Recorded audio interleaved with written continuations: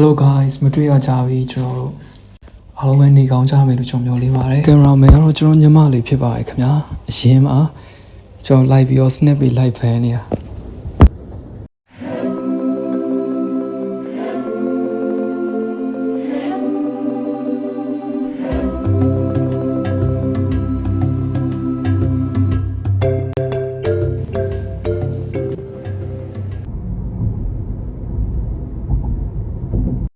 ကျွန်တော်တို့ဟိုတယ်ရောက်ပါပြီဘိုက်လည်းအရင်စနေပါပြီဒါကတော့ကျွန်တော်ညီမလေးပါကျွန်တော်တို့အစားအသောက်တစ်လုံးအတွက်အလုံးရှုံနေကြဖြစ်ပါတယ်အစားအသောက်ကကျွန်တော်ခုန Grab ကနေပဲမှာလိုက်တာဖြစ်ပါတယ်ကျွန်တော်ရဲ့ပြီးရတဲ့မွေးနေ့တော့ရထားတဲ့မွေးနေ့လက်ဆောင်လေးပါမိသားစုကပေးထားတာပါမှတ်တမ်းတင်ထားဖြစ်ပါတယ်ဒါတော့နောက်တစ်ရက်ပေါ့နော်နောက်တစ်နေ့ကျွန်တော်အရင်ခုန်နေရဗျာဒီနေ့ကဘာလို့လဲဆိုတော့ကျွန်တော်ဒီနေ့ Sky Flyer စီးမယ်ဆိုတော့အတူတူရင်ခုန်လိုက်အောင်ဗျာကျွန်တော်လည်းတူလိုက်ခဲ့ပေးပါနော်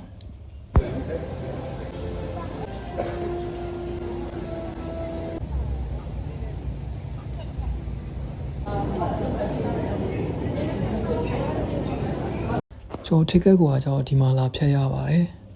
ပြီးတော့ဒီအတွင်းထဲမှာဘာရှိလဲဆိုတော့ကျွန်တော်အသေးစိတ်ရိုက်ပြပေးမယ်နော်ဒါကြောင့်ကျွန်တော်စီးလို့ရှိရင်အဲ့လို save ဖြစ်အောင်လို့ကျွန်တော်ဒါဘယ်လိုစီးရမလဲခပတ်တွေဘယ်လိုပတ်ရမလဲဆိုတာပြထားတဲ့ video file လေးပေါ့နော်ပြီးတော့ဒါကြတော့ material ပစ္စည်းဝယ်လို့ရတယ်တုပ်ပတ်တွေအုတ်ထုပ်တွေထီးတွေရှိပါတယ် Okay let's go guys ဒါတော့ခေါ်စီလာဦးပေါ့နော်အလောက်ပြထားပါပေါ့ဘူးတူတာအနေနဲ့ဒါကြောင့်သူ့ရဲ့အယိုးတွေကြောက်ပြရုပ်ကျွင်းပုံစံမျိုးလေးဖန်တီးပြထားဖြစ်ပါတယ်ဒါဘာဖြစ်မလဲဒါခေါ်စီလာရဲ့ဘယ်စိတ်ပိုင်းလဲတော့ကျွန်တော်မသိဘူးဗျာဆိုတော့သူ့ရဲ့အရေးကုန်ပုံစံကြီးတော့လှုပ်ထားရဲမန်ဘလူးနဲ့လည်းကြည့်လို့ရတယ်အမှကျွန်တော်မန်ဘလူးနဲ့တစ်ချက်ကြည့်လိုက်တော့အလိုမြင်ရဖြစ်ပါတယ်ဒါတော့ကျွန်တော်အားလုံးဘူးတူတာအနေနဲ့ရိုက်ပြနေရဖြစ်ပါတယ်ခဏနေတော့ကျွန်တော်တို့အပေါ်တက်တော့မှာဆိုတော့ကျွန်တော်လည်းတူလိုက်ခဲ့ဘယ်လောက်ထိကျန်နေဒီ Sky Flyer ယူတစ်ချက်လေးလာကြည့်အောင်နော်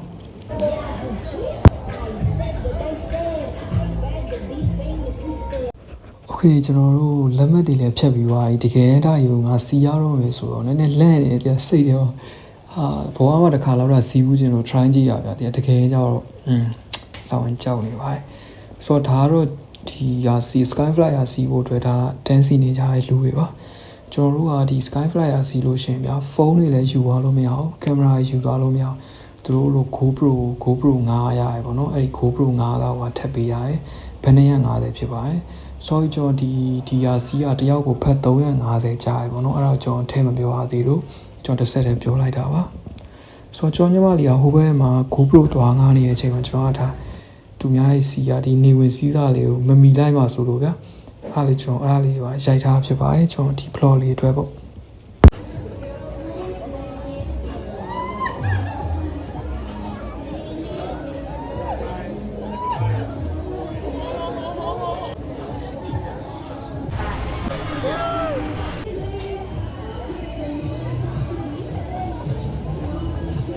笑起来都很高呢。大龟呢 ？Oh my god！ ရိုက်ထားကိုကိုရောဟာဖေးနေပါကုန်ပြီကိုကိုရောရိုက်အောင်အော်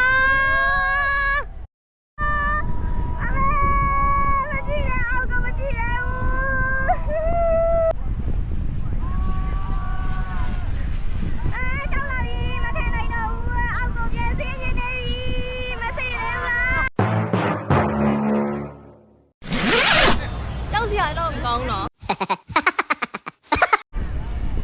阿妹，看下來我陪你。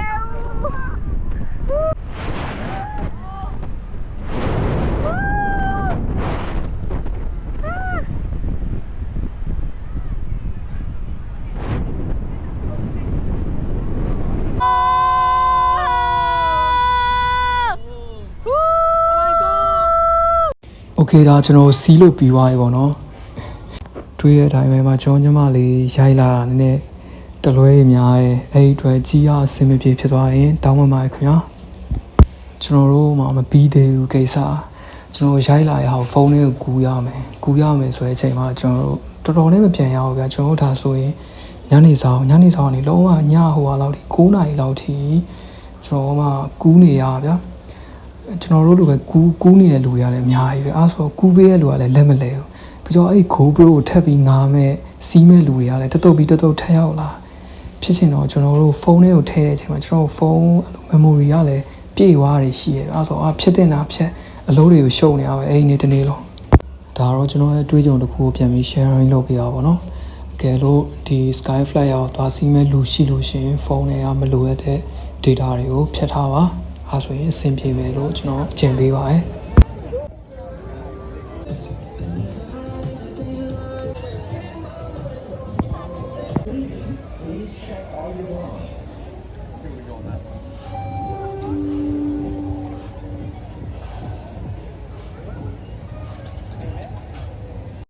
ကျွန်တော်ကတော့ဒီမှာရိုက်ဆရာရှိရရိုက်နေတာဖြစ်ပါတယ်ကျွန်တော်ညီမလေးကတော့ okay အမဟိုဘက်မှာသူဗီဒီယိုသွားကူးနေတာဖြစ်ပါတယ်ကျွန်တော်ဒါပြီးအိမ်မပြန်သေးဘူးကျွန်တော် outlet mall မှာဖက်နက်တွေသွားကြည့်ရရှိရဲဟိုရောက်ရင်ကျွန်တော်ဖက်နက်တွေတည်ရင်ကြီးစီကိုအသေးစိတ်ရိုက်ပါပေးမယ်နော်ဆိုတော့ကျွန်တော်ရဲ့ blog လေးရဲ့အဆုံးထိကိုအတူတူလိုက်ပါပေးရပါအောင်လို့ကျွန်တော်ဖိတ်ခေါ်ပါတယ်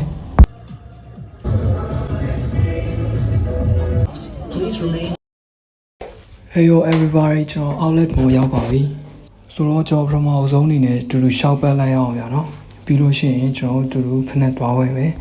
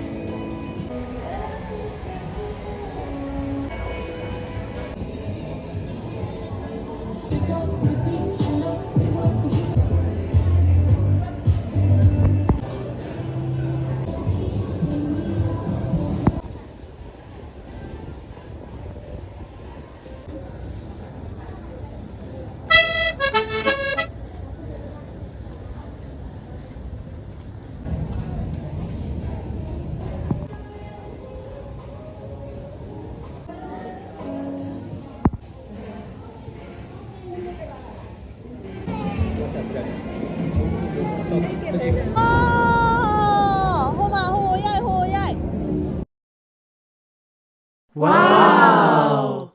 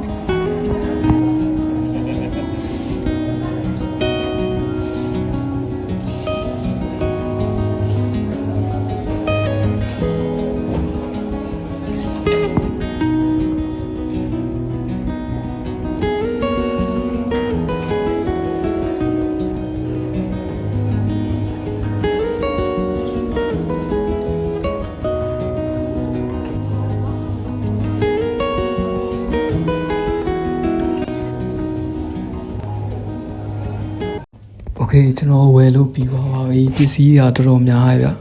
ကျွန်တော်လာ3ယောက်ကျွန်တော်ညီမလေးရဲ့ကျွန်တော်ရဲ့တငယ်ချင်းတစ်ယောက်ပါတယ် ပြီးတော့ကျွန်တော်ဝယ်တဲ့ပစ္စည်းကနည်းနည်းများသွားရဆိုတော့ကျွန်တော်တို့ဟာရွယ်မဟုတ်ဗျာကျွန်တော်နေဘက်ကမှာတဲ့တငယ်ချင်းတွေရှိရရန်ကုန်မှာတဲ့တငယ်ချင်းတွေရှိရသူတို့ဒီကနေဗီဒီယိုကောနဲ့ခေါ်ပြရဲ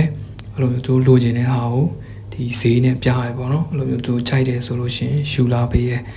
ဒါပါပဲဒီကောင်ကကျွန်တော်ယူလိုက်တဲ့ဖက်နက်လေးပေါ့နော်ဒါ Adidas Day 9လို့ခေါ်ပါရဲ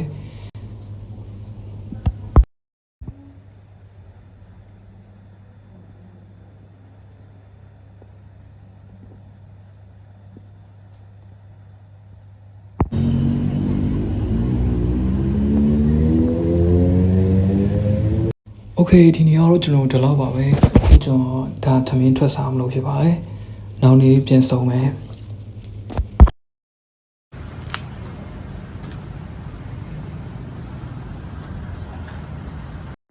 ဒါတော့နောက်တစ်နေ့ပါကျွန်တော်ရေချောင်းနဲ့ပဲဒိုးလာပါတယ်တယောက်ကို12ဘက်ပဲကြာရမ်းတန်နေဗျာကျွန်တော်တို့သွားမယ်မတ်တိုင်အရေးအတွက်က9မတ်တိုင်တော့ပေါ့နော်အဲဆို12ဘက်ပေါ့နော်အဲ့ဒီထက်အများလို့တော့ထပ်ပေးရပါတယ်ကျွန်တော်ဒီတွေးကြော်မရဘူးသေးဘူးဗျာအဲဆိုကျွန်တော် try ကြည့်ရဖြစ်ပါတယ်ရထားနဲ့လည်းသွားဘူးတယ်လိုင်းကားကြီးတော့မစီးတတ်သေးဘူးဘာလို့လဲဆိုတော့ဒီဘန်ကောက်မှာလိုင်းကားစီးတတ်ဖို့ကြတော့ဒီမှာအနေကြတဲ့လူတွေပဲအဲ့လိုမေးမြန်းရင်းနဲ့အဲ့လိုတီးလာပြီးတော့တဖြည်းဖြည်းနဲ့စီးတက်လိုက်မယ်လို့ကျွန်တော်ထင်ပါတယ်ဘယ်တော့ grab နဲ့ဆိုတော့လေဘတ်ဂျက်ကထိပါတယ်ဆိုတော့ဒီလိုလေးလည်းသွားလို့ရပါတယ်ရမ်းမိုက်ပါတယ်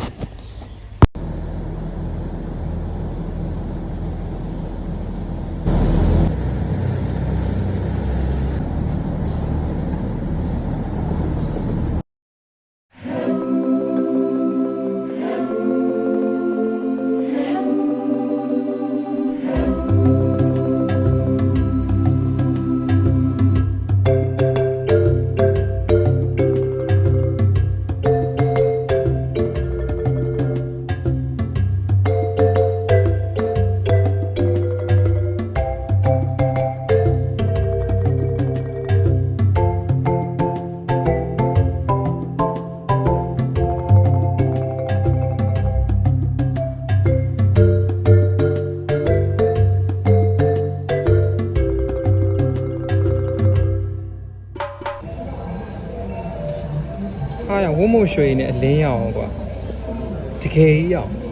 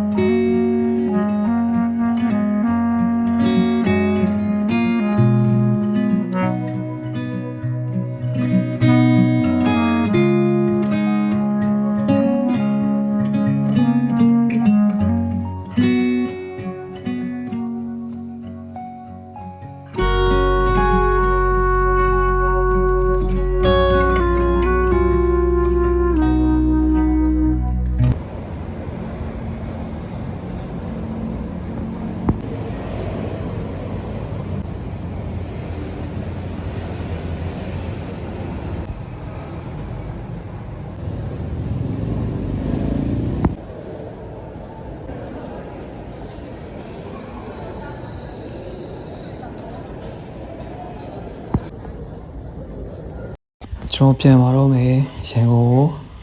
ဆိုတော့ဒီဗီဒီယိုလေးကိုအဆုံးလေးကြည့်ရှုပေးတဲ့တူတယောက်ချင်းစီကိုတကယ်ကျေးဇူးတင်ပါတယ်ဗျာကျွန်တော်ရင်ထဲကနေတကယ်ပြောပါပါโอเคအားလုံးပဲဘိုင်ဘိုင်မှာကျွန်တော်နောက်ဗီဒီယိုတွေမှာထပ်တွေ့မယ်နော်